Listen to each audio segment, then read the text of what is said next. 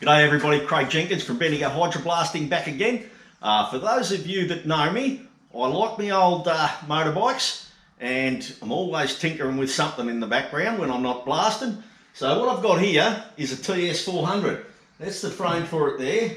I'm slowly going to rebuild this into a motocross bike, and today what I'm going to do is I'm going to just a bit of preparation work, going to pull the head off this thing, have a look inside, measure the board, just see what sort of damage is in there or what I might be up for in the engine rebuild. And while I got that head off, I think I'll probably blast all that paint off and make it shiny and new again. So stick around and I'll show you the outcome of that.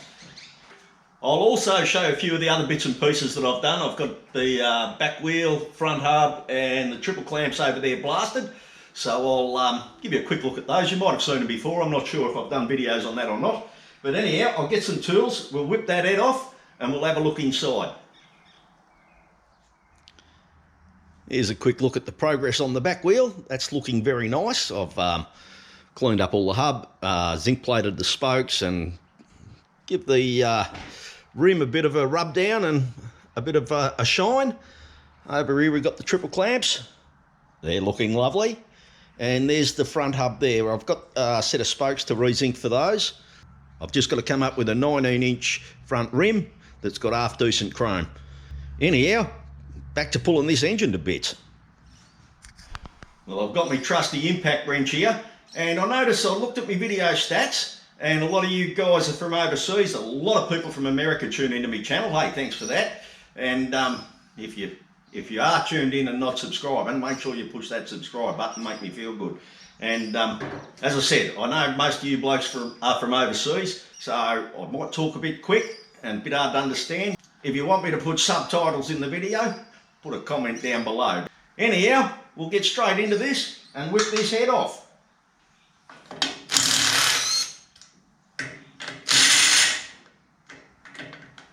Hello, I think somebody's put a smaller nut on that one.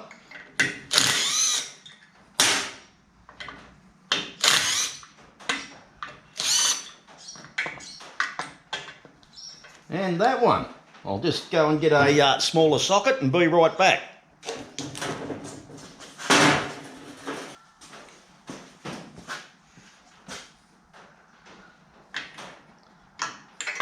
That one feels a bit better.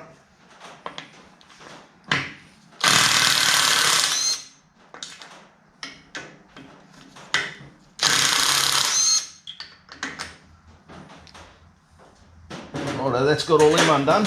Let's see if this comes off. Yeah, nice and loose. Someone's had it off before for a look. Oh, look at the size of that. Anyhow, we'll drop that down in a minute and measure it and see if it's been bored, and we'll see if there's anything written on the top of the piston. But I'll just knock these nuts off onto the table on all the washers. How's that look?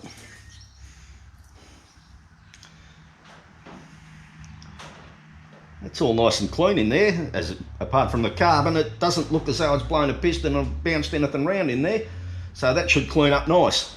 As you can see, it's painted, so what we'll probably have to do is we'll dry blast this first and just give it a light dry blast just to knock the paint off without punching the crap out of the aluminium, and then we'll hydroblast it. We'll knock all these rubber dampening push rubbers out, or anti-vibration rubbers out, and stick it in the dry blasting booth and have a look in a minute. We might just see if this thing kicks over or goes down. Here we go.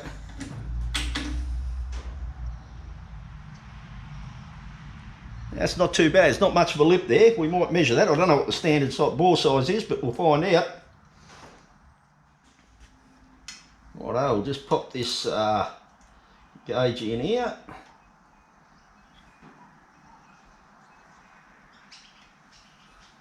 Got the vernier calipers here that I picked up a minute ago. If only my hands had stopped shaking. 83.1 mil. I don't know, as I said before, I don't know what the standard bore size is on these. I better do a bit of research, but if you want to make it easier and drop a comment. Surely there's a TS400 guru in there that knows the standard bore size for these things. You can let me know. Anyhow, as I said, that feels good in there. We'll have a go at this head now. As you can see there's all the bits that come off the head, all the nuts and washers and the spark plug and the head gasket. Take a good look at this cylinder head.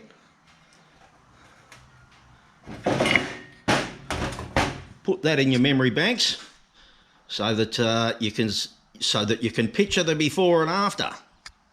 All right, what we'll do now is we'll take this over and put it in the dry blasting cabinet.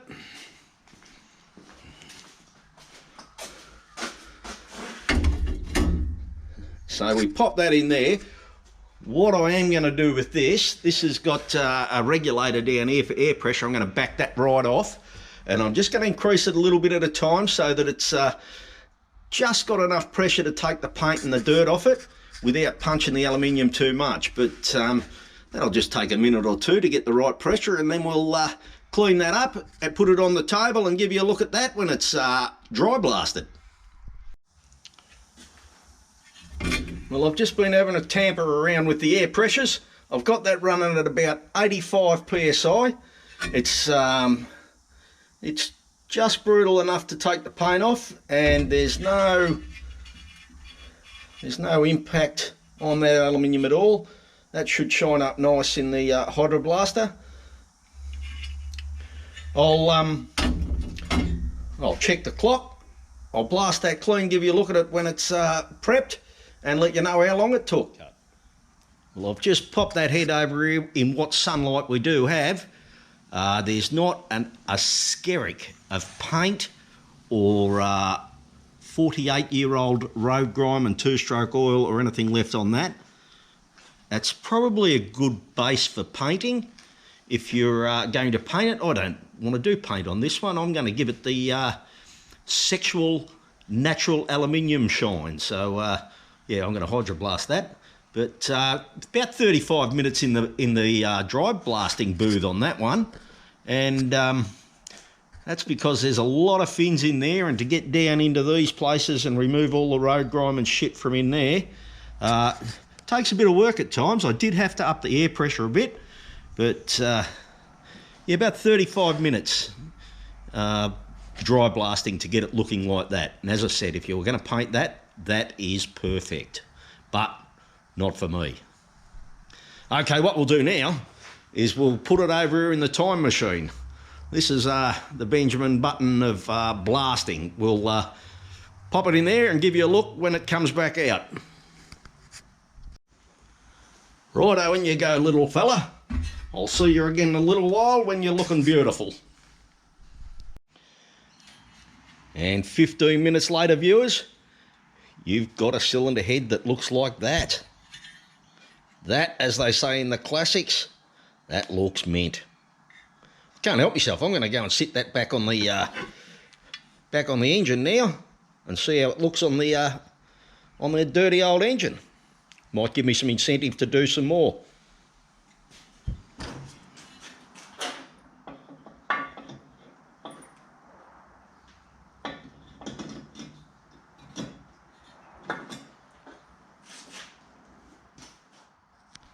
Here we go, have a look at that. How grouse does that look sitting up there? Oh, imagine what the engine's going to look like when the rest of it's done.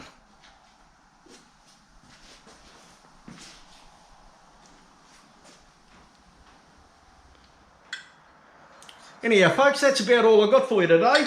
If you want to see some more progress on this engine and the TS400 build and the other bits and pieces I do on it, make sure you hit that subscribe button. It's free. I know a lot of you guys that watch aren't subscribed. Come on.